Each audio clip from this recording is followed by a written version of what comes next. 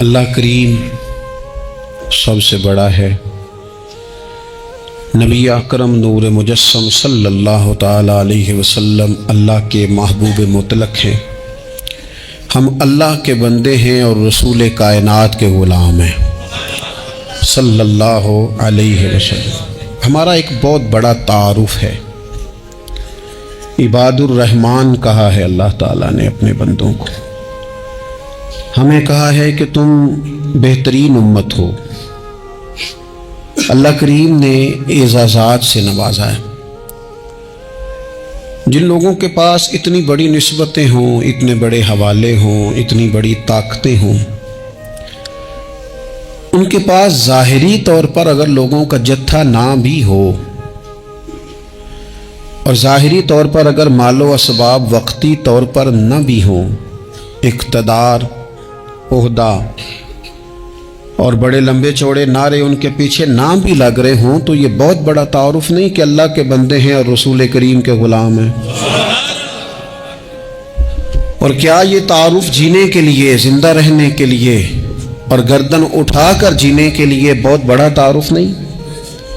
باوجود اتنے بڑے تعارف کے اگر کوئی بندہ کمزور باتیں کرے، کچی پکی گفتگو کرے اور وہ اپنے آپ کو بار بار مظلوم ثابت کرنے کی کوشش کرے، وہ بار بار اپنے زخم دکھائے تاکہ وہ قابل رحم قرار پائے، تو یہ باتیں ایک مومن کو، ایک مسلمان کو، اللہ کے ایک بندے کو ذرا زیبا نہیں دیتی، ذرا اچھا نہیں لگتا۔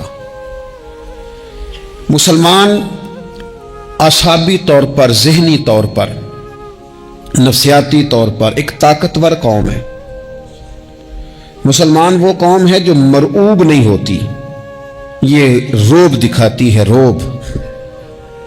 ہم وہ لوگ ہیں کہ جن کے اکابرین سوئے بھی ہوتے تھے، نہ سوئے ہوتے تھے حضرت عمر، لیکن ان کو سوئے ہوئے دیکھ کر بھی لوگ کانپا کرتے تھے، اس لیے کہ شیر تو شیر ہی ہوتا ہے نا، وہ سویا ہو تو پھر بھی شیر ہی ہے۔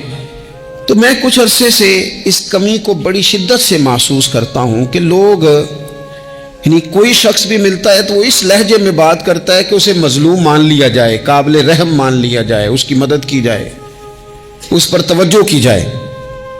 یہ مسلمان کی شان نہیں۔ آپ سورہ بقرہ پڑھیں گے تو قرآن مجید اصحاب صفہ کی شان بیان کرتا ہے کہ انہیں بڑی حاجت ہے، بڑے ضرورت مند ہیں۔ وہ لوگ تھے جو کئی دنوں تک روٹی نہیں کھاتے تھے، لیکن رب فرماتا ہے کہ میرے محبوب کے مدرسے کے ان طالب علموں کو جو دیکھے گا اسے محسوس ہوگا کہ یہ تو بڑے امیر لوگ ہیں۔ کیوں محسوس ہوگا؟ لا یسألون الناس الحافا، یہ لوگوں سے لپٹ کر سوال نہیں کرتے، کشکول طلب نہیں دراز کرتے، یہ اپنے پردے کو قائم رکھتے ہیں۔ خودداری، عزت نفس، وقار، خودی، ہمارے ہاں تیزی سے ان چیزوں کا آج جو ہے وہ یوں محسوس ہوتا ہے جیسے قحط ہو گیا ہے۔ اللہ ماشاءاللہ، آپ کے زخم دکھانے سے کوئی بھی آپ کا زخم نہیں بھرے گا، بلکہ میں نے تو یہ دیکھا ہے اپنی زندگی میں کہ اچھا بھلے تعلقات چل رہے ہوتے ہیں، آپ کو ذرا ضرورت پڑ جائے تو سامنے والا آنکھیں پھیر لیتا ہے، اسی وقت اس کا ماحول اور اس کے حالات خراب ہو جاتے ہیں۔ اس لیے اپنا سارا بھروسہ، اپنی ساری توجہ، اپنی سوچوں کا مکمل مدار صرف اللہ رسول کی ذات کو بنائیں، اور اس انداز میں بنائیں کہ کون دیتا ہے دینے کو تو چاہیے، دینے والا ہے سچا ہمارا نبی۔ اور یہ ذہن بنائیں زندگی میں کہ رب رسول کی بارگاہ سے 2 قطرے بھی مل گئے تو دنیا بھی بن جائے گی، آخرت بھی بن جائے گی۔ اس لیے ادھر ادھر دیکھنا تھوڑا کم کریں۔ اور بالخصوص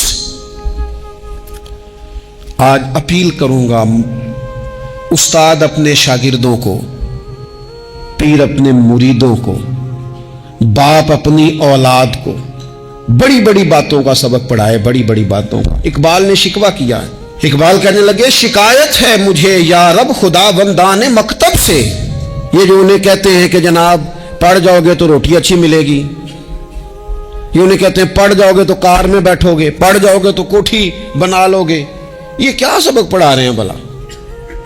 ان کو تو تم بڑے بڑے باتیں بتاؤ، انہیں کہو پڑھو گے تو دنیا میں حضور کے دین کا انقلاب برپا کرو گے، تم ان کہو کہ تم پڑھو گے تو تم ایک پورا ملک چلاؤ گے، تم انقلاب برپا کرو گے، اٹھ باندھ کمر کیوں ڈرتا ہے، پھر دیکھ خدا کیا کرتا ہے۔ اقبال کہنے لگے یہ تم کیا سبق پڑھا رہے ہو کہ روٹی صحیح مل جائے گی، چندہ اکٹھا کرنے کا طریقہ آ جائے گا؟ کہنے لگے شکایت ہے مجھے یا رب خدا وندان مکتب سے، سبق شاہی ہے اور بچوں کو دے رہے ہیں خاک بازی کا، اڑنے والی تعلیم تھی اور یہ انہیں رینگنے کا سبق پڑھا رہے ہیں۔ تگڑی تگڑی باتیں بچوں کو سکھاؤ، تگڑی تگڑی، یہ پھر سارے نہ ڈھونڈتے پھریں کہ وہ فلانا جو ہے نا چاچا امیر ہے تو ماموں امیر ہے تو فلانی خالہ باہر ہے تو فلانا ذرا مہربانی، کوئی بھی نہیں مہربانی کرتا، مہربانی جب بھی کرتا ہے یا خدا کرتا ہے یا مدینے والے محمد مصطفیٰ کرتے ہیں۔ اپنی توجہات کبھی بچوں کو دیکھیں، حضرت لقمان اپنے بیٹے کو کیا کہتے ہیں؟ کہتے ہیں یا بنی اقم الصلاۃ وامر بالمعروف وانہی عن المنکر۔ حضرت لقمان اپنے بیٹے کو سمجھاتے ہیں، کہتے ہیں اے بیٹا نماز قائم کرنا، لوگوں کو بھلائی کا حکم دینا، برائی سے منع کرنا، وَاصْبِرْ عَلَىٰ مَا أَصَابَكَ، اور جب مصیبت پہنچے تو صبر کرنا، ادھر ادھر رونا دھونا نہ کرنا، نماز پڑھنا، بھلائی کا حکم دینا، برائی سے منع کرنا، اور اگر کوئی مصیبت پہنچے تو اس پر صبر کرنا۔ کتنے کام ہو گئے؟ 4۔ ایک نماز پڑھنی ہے، ایک بھلائی کا حکم دینا ہے لوگوں کو، ایک برائی سے، اور اگر کوئی مشکل آئے تو کیا کرنا ہے؟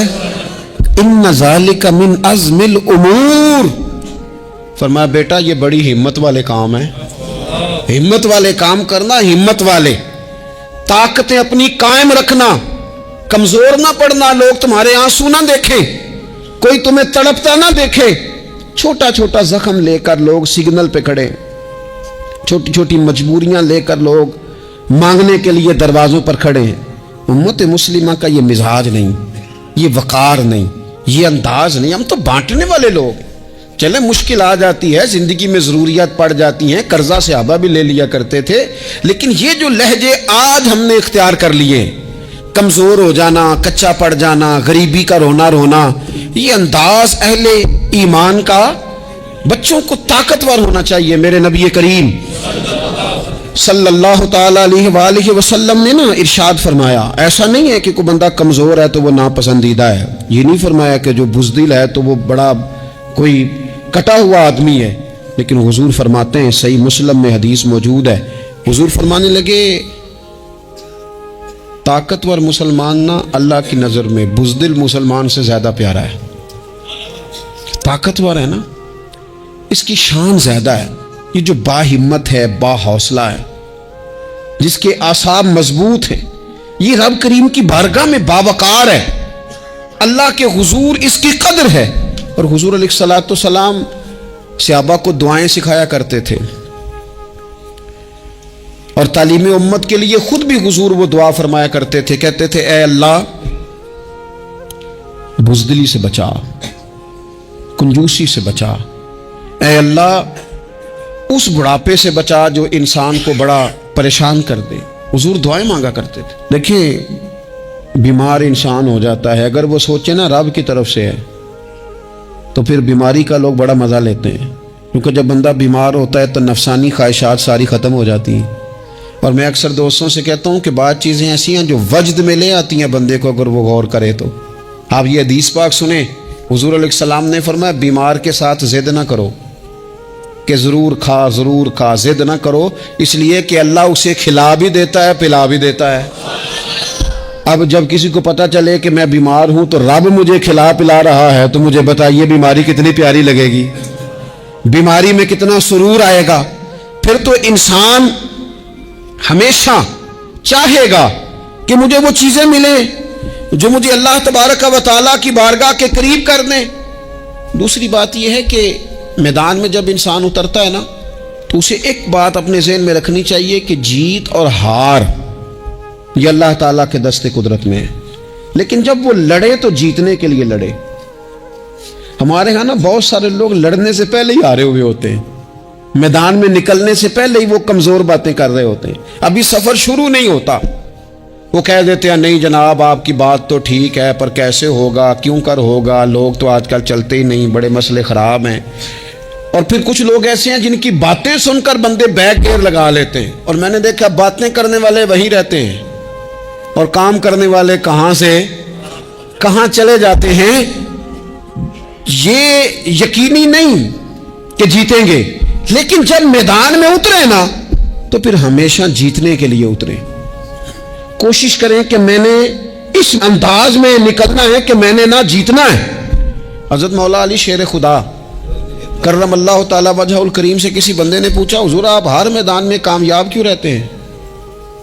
فرمانے لگے جیت ہار تو رب کریم کے دستے قدرت میں ہے، لیکن جب میں اترتا ہوں نا میدان میں تو میں دشمن دیکھ کے پہلے ہی فیصلہ کر لیتا ہوں کہ میں نے اس کے پیٹ میں خنجر مارنا ہے کہ گلے پہ، میں جیتنے کے لیے میدان میں اترتا ہوں۔ تو آپ دیکھ لینا دیواریں ہلتی رہتی ہیں اور در کانپ جاتا ہے، علی کا نام سن کر اب بھی خیبر کانپ جاتا ہے۔ کیوں کہ کہتے ہیں میں ذہن بنا لیتا ہوں کہ میں اسے کاٹ کے لاؤں گا، میں ڈرتا اور سہمتا ہوا میدان میں نہیں اترتا۔ ذہن ہوتا ہے کہ آج لڑوں گا تو جیتوں گا، آج میں دیکھیں میں کیا کرتا ہوں۔ حوصلہ نہیں پیدا کر پا رہے بچوں میں، کچھ بچے بھی اللہ خیر کرے عزم و ہمت والے لوگوں کے پاس بیٹھتے نہیں، اور دوسرا ہم اپنے بچوں کا کسی کو آئیڈیل بھی نہیں بننے دیتے۔ بچے کسی کا نام لیتے ہیں تو ہم کہتے ہیں پتر چھاڑ پر آؤ، یہ دور ہی نہیں ہے۔ ہم کوئی ایسا ذوق، کوئی مزاج، کوئی طبیعت پیدا ہی نہیں ہونے دیتے۔ کچھ آنے والی نسل کا مزاج ہے کہ وہ اٹھنا نہیں چاہتی، بیٹھنا نہیں چاہتی، چلنا نہیں چاہتی، وہ چاہتی ہے میں لیٹی رہوں، موبائل میرے ہاتھ میں رہے، باقی سارے کام ریموٹ کنٹرول ہو۔ جب انسان دیکھیں نا، ایک ڈاکٹر صاحب کے پاس ایک دفعہ میں گیا تو ایک مریض کو وہ سمجھا رہے تھے، اسے کہہ رہے تھے کہ تو تھوڑی ورزش بھی کیا کر، تھوڑی ورزش بھی کیا کر، اور ساتھ انہوں نے بڑی اچھی بات کی، کہنے لگے اللہ تعالیٰ نے نا جسم میں جوڑ بنائے ہیں، یہ گھٹنے ہیں، یہ کونیاں ہیں، اللہ نے جوڑ بنائے ہیں، اسی لیے تو بنائے تھے کہ تھوڑی ان کو حرکت بھی دی جائے، لیکن اگر آپ ان جوڑوں کو حرکت ہی نہیں دیں گے تو یہ تو زانگا لود ہو جائیں گے۔ تو کام زندگی میں عزم کے ساتھ، ہمت کے ساتھ، اور سب سے بڑی مضبوطی یہ ہے کہ آپ یہاں سے مضبوط ہوں، آپ اعصابی طور پر مضبوط ہوں۔ یہ جو کمزوری ہے نا، ذہنی کمزوری، میں نہیں پسند کرتا کہ مطلب خواتین بچوں کو اس لیے ڈرائیں کہ بیٹا او ہو بلی آ گئی ہے۔ وہ بلی کیا ہوتی ہے جی؟ لیکن جو خواتین حج بھی بچوں کو بلی سے ڈرائیں گی، اچھا اس کو ڈرا بلی سے رہی ہوتی ہیں اور ساتھ کہہ رہی ہوتی ہیں ماما کا شیر، جی آپ کا شیر بلی سے ڈرتا ہے، یہ اماں کا شیر بلی سے ڈر رہا ہے، آپ نے اس سے بلی سے ڈرا دیا اور نام شیر رکھ دیا ہے۔ یہ کیسا شیر ہے کہ جو بلی آتی ہے تو بھاگ جاتا ہے؟ یہ ماحول مطلب متضاد ہے۔ یہ کاکروچ دیکھ کر چیخیں مارنا نا، یہ برگر فیملی ہونے کی علامت ہے۔ چھپکلی دیکھ کر نا چیخیں مارنا، یہ امیر گھروں کی علامت ہے، پڑھے لکھے لوگوں کی علامت۔ یہ کیا مذاق ہے؟ جو قوم چھپکلی سے ڈرتی ہے، کاکروچ سے ڈرتی ہے، اور جو لوگ کہتے ہیں ہو یہ جناب یہ تو اندر میرے وہ آ گیا ٹوکا تو یہ کھا جائے گا، تو یہ قوم انقلاب برپا کرے گی، یہ میدانوں میں نکلے گی۔ بڑے خوبصورت انداز میں ویڈیو بنا کے تو اس کو شیئر کیا جاتا ہے کہ وہ جی قربانی والے دن بکرا ذبح ہو رہا تھا تو بچہ رو پڑا۔ کیا بات کرتے ہیں آپ؟ یہ جہاد کرے گا بچہ کل کو جو بکرے ذبح ہونے پہ روتا ہے؟ اعصابی مضبوطی، ذہنی طور پر مضبوط کب ہوتی ہے؟ جب انسان اخلاقاً مضبوط ہوتا ہے، اس کی طبیعت وزادار ہوتی ہے، اس کا مزاج اسے مضبوط کرتا ہے۔ آپ ایک حدیث دیکھیں، ترمذی میں موجود ہے، حضور علیہ الصلوۃ والسلام نے فرمایا جب اللہ تعالیٰ نے زمین کو پیدا کیا تو زمین ہلنے لگی، تو اللہ نے پہاڑوں کو میخیں بنا کر، قلعے بنا کر زمین میں لگا دیا تو زمین ٹھہر گئی۔ فرشتے فوراً عرض گزار ہوئے کہ مالک تیری سب سے طاقتور مخلوق یہ پہاڑ ہے؟ فرمایا نہیں، لوہا جو ہے نا وہ پہاڑوں سے بھی طاقتور ہے، کیونکہ لوہا پہاڑ کو کاٹ دیتا ہے۔ یا اللہ پھر لوہا سب سے طاقتور ہے؟ فرمایا نہیں، آگ اس سے بھی طاقتور ہے۔ کیا آگ سب سے طاقتور ہے؟ تو فرمایا نہیں، پانی بھی ہے۔ کیا پانی طاقتور ہے؟ فرمایا ہوا بھی ہے، جو پانی کا رخ پھیر دیتی ہے۔ مسلمانوں خدا را اس سے بڑا ذوق نہیں ملے گا۔ میں طاقتور ہونے کا طریقہ بتا رہا ہوں، ہمارے ہاں لوگ سمجھتے ہیں کہ میں بولتا زیادہ ہوں اس لیے میں طاقتور ہوں، میرے پاس اسلحہ زیادہ اس لیے میں یہ دیکھو حضور نے بتایا طاقتور کون ہوتا ہے۔ یا رسول اللہ پتھر پہاڑ طاقتور ہیں؟ تو فرمایا نہیں، ان پر تو لوہا ہے، لوہا طاقتور ہے، نہیں اس پر تو آگ ہے، آگ طاقتور ہے، نہیں اس پر تو پانی ہے، پانی طاقتور، اس پر تو ہوا ہے۔ تو حضور پھر مہربانی کریں بتائیں طاقتور کون ہے؟ تو یہ دیکھو نا، یہ یاد رکھو نا، یہ کائنات کے سب سے بڑے حکمت والے محبوب کی بات یاد رکھو نا۔ حضور فرمانے لگے سب سے زیادہ طاقتور وہ مومن ہے جو سیدھے ہاتھ سے صدقہ دیتا ہے اور دوسرے کو پتہ بھی نہیں لگنے دیتا۔ اس ہاتھ سے صدقہ دیا اور اس ہاتھ کو پتہ، جس میں یہ اخلاقی طاقت آ جائے نا کہ اللہ کے رستے میں دیکھ کر پھر اسے چھپانا آ جائے، وہ بڑا طاقتور آدمی ہے۔ میں یہ سب سے بڑا طاقتور ہے جس نے اپنے رب سے راز نیاز شروع کر لیے، اللہ کے رستے میں دیتا ہے پھر کسی کو خبر۔ یہ کون سی طاقت ہے؟ یہ روحانی طاقت ہے، یہ اخلاقی طاقت ہے، یہ کردار کی طاقت، یہ سوچوں کی طاقت ہے، یہ آپ کے مزاج کے بلند ہونے کی طاقت ہے۔ لیکن اگر مسجد میں ٹائلیں لگوا کر بھی ایک ٹائل پہ نام لکھوا لیا ہے، اگر کہیں تعاون کر کے بھی کہا میرا ذکر کرو، کوئی خدمت کر کے کہا میرا نام لو، پھر آپ کمزور ہیں، پھر آپ طاقتور نہیں ہیں، پھر آپ نے بزدلوں جیسا کام کیا، پھر آپ نے وہ رنگ اختیار کیا ہے جو شاید آپ کو ذہنی طور پر بڑی کوفت میں مبتلا کر دے۔ تو اعصابی طاقت، اعصابی قوت، آپ دیکھیں حضرت صدیق اکبر رضی اللہ تعالیٰ عنہ، حضور نے تربیت کی تھی نا۔ میں ذمہ داری سے کہتا ہوں کہ تعصب کی اینک نہ کسی نے پہنی ہو، ورنہ کائنات میں عشق کی داستان ختم ہو جاتی ہے جناب صدیق اکبر پر۔ جو پیار انہوں نے مدینے والے محبوب سے کیا ہے کوئی کر ہی نہیں سکتا۔ اور ہر وقت کی جدائی، ہر وقت کی، یعنی بیٹھے بیٹھے نا حضور کے وصال کے بعد بیٹھے بیٹھے حضرت صدیق اکبر اٹھ کے نا تو ایک رستے پہ چلنا شروع ہو گئے۔ کسی نے پوچھا ابو بکر کہاں جا رہے ہو؟ کہنے لگے یار ایک دن نا محبوب 2-3 دن کے لیے کہیں گئے تھے، اس رستے واپس آئے تھے۔ جنہاں دے دل بر جانی وچھڑن کون روے پھر تھوڑا، اے سب روگاں دا روگ محمد جس دا نام وچھوڑا۔ پریشان ہوں تو دل کر رہا ہے پتہ نہیں یہاں سے آ نہ جائیں۔ اتنا زیادہ محبوب کی غلامی اور نبی پاک کی محبت کا ذوق، لیکن اعصابی طور پر مضبوط کتنے تھے؟ حضور کے وصال کے بعد جس بندے نے اپنے پروں کے نیچے پوری امت کو سنبھال لیا ہے نا، اس کا نام بھی ابو بکر صدیق ہی ہے۔ ایسے ایسے سنبھال لیا، سب سنبھال، دکھ سب سے زیادہ لیکن سنبھالا۔ کوئی زکوٰۃ کا منکر پیدا ہو رہا ہے، کوئی ختم نبوت پہ حملہ کر رہا ہے، کوئی کچھ ہو رہا ہے، کوئی کچھ ہو رہا ہے، ابو بکر صدیق نے فرمایا سارے لشکر روانہ کرو۔ جہاں جہاں حضور نے فرمایا تھا جہاد کرو، فرمایا جو ایک رسی بھی زکوٰۃ کی نہیں دے گا وصول کریں گے۔ لوگوں نے کہا حضور حالات بڑے اور طرح کے ہیں، کیسے کام چلے گا؟ حضرت عمر جیسے دلیر بندے بھی کہنے لگے جناب یہ نظام کیسے چلے گا؟ تو ابو بکر صدیق فرمانے لگے عمر تجھے تیری ماں روئے، تم بڑے مضبوط مزاج کا تھا، یہ مجھے کیا پیغام دے رہا ہے؟ فرمایا عمر یاد رکھ اگر میں مدینہ منورہ میں اکیلا بھی رہ گیا اور جنگل کے درندے میرا آ کے گوشت بھی نوچ کے لے گئے تو پھر بھی میں ان اصولوں پر کھڑا رہوں گا جن اصولوں پر مدینے والے رسول نے مجھے کھڑا کیا ہے۔ ذرا گنجائش نہیں، ہم یہاں سے مضبوط لوگ ہیں، یہاں سے ذہنی بلندی، ذہنی پختگی، یہ حسن ہے زندگی کا۔ یہ کیا بات ہوئی؟